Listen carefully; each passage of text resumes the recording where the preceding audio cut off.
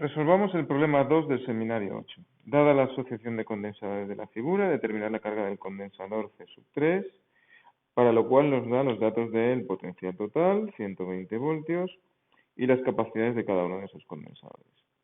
Muy bien, es un problema de resolución de circuitos, en este caso de condensadores, ¿de acuerdo? Y nos da una asociación en la que observamos que hay un condensador que está en serie con otros dos condensadores que se encuentran en paralelo, ¿de acuerdo? Es una forma de resolución, ¿vale? Sería, por ejemplo, primero, ¿vale? Aglutinar el condensador C sub 1, C sub 2 y C sub 3, por ejemplo, en un único condensador, ¿vale?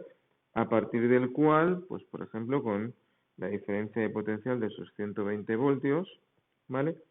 Saber que se reparten entre el primer condensador y el segundo condensador, ¿de acuerdo? Este vamos a llamarle V23, ¿de acuerdo?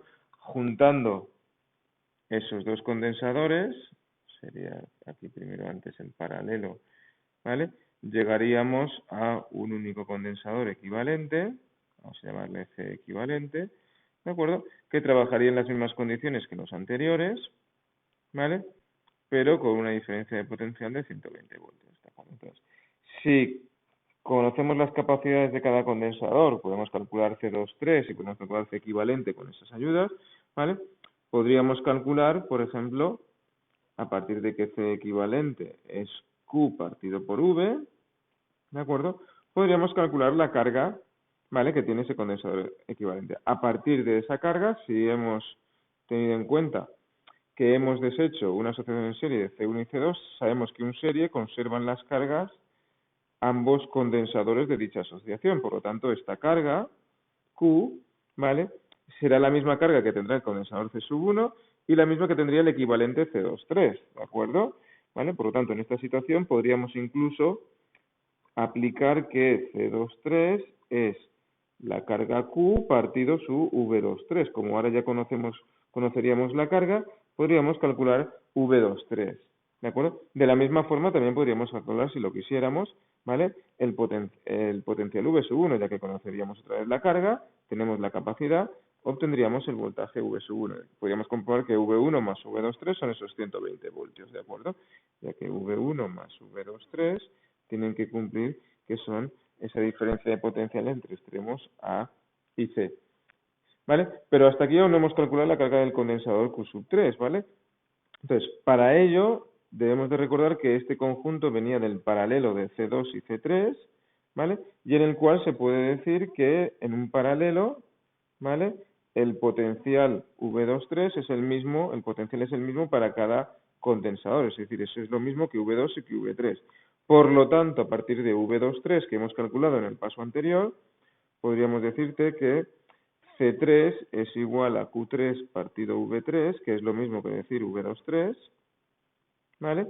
Y conocido V23 y conocida la capacidad 3, ¿vale? Obtendríamos la carga en el condensador C sub 3, que es lo que se me solicita, ¿de acuerdo? Entonces, viendo el planteamiento que hay que resolver, ¿vale? Pasemos a resolverlo numéricamente, ¿vale? Entonces, vamos a coger los condensadores C2 y C3, ¿vale? Y vamos a juntarlos en un paralelo, ¿de acuerdo? En un paralelo, ¿vale? De condensadores, las capacidades individuales se suman para obtener la capacidad total de ese equivalente.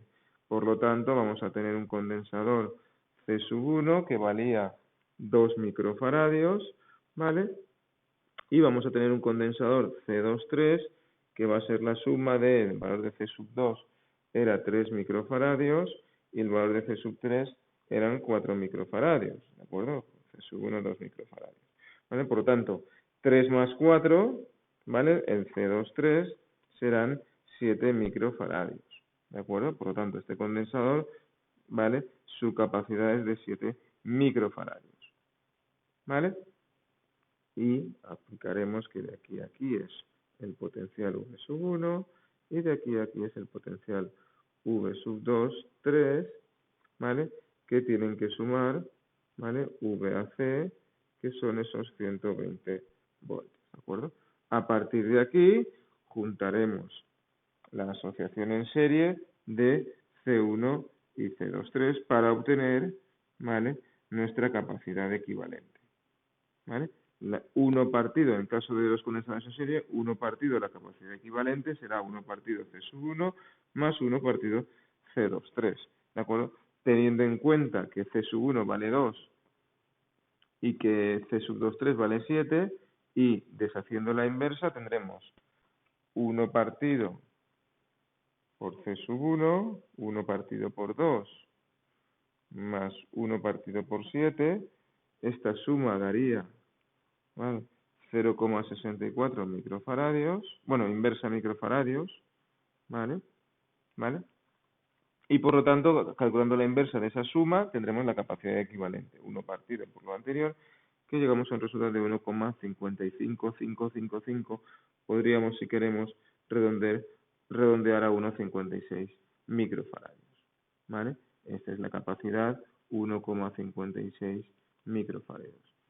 Y teniendo en cuenta que la diferencia de potencial es de 120 voltios, como hemos comentado antes, capacidad equivalente es carga partido por potencial, ¿vale? Por lo tanto, la carga será C equivalente por VAC, ¿vale? La carga será... No vamos a hacer un cambio de unidades en los microfaradios, sino que lo vamos a multiplicar por el voltaje y tendremos microcoulombios, ¿vale? Entonces, 1,56 microfaradios por 120 voltios me da un resultado de carga que es igual a 120 por 1,56, 187,2 microcoulombios, ¿de acuerdo? Recordemos que en los resultados ahora estamos redondeando el 1,55 a 1,56 porque sería 1,55 periodo, ¿de acuerdo?